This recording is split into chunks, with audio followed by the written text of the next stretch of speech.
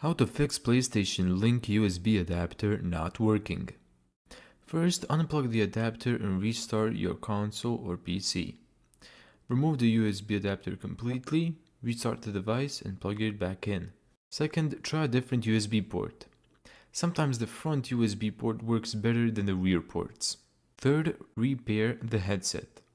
Hold the button on the adapter until the light flashes, then put the headset into pairing mode. It works with Pulse Elite wireless headset and Pulse Explore wireless earbuds. Fourth, check PS5 audio settings.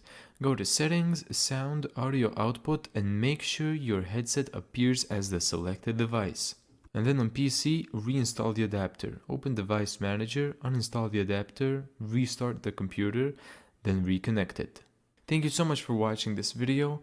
If you found this tutorial helpful, make sure to give it a thumbs up and subscribe. And as always, see you in the next video.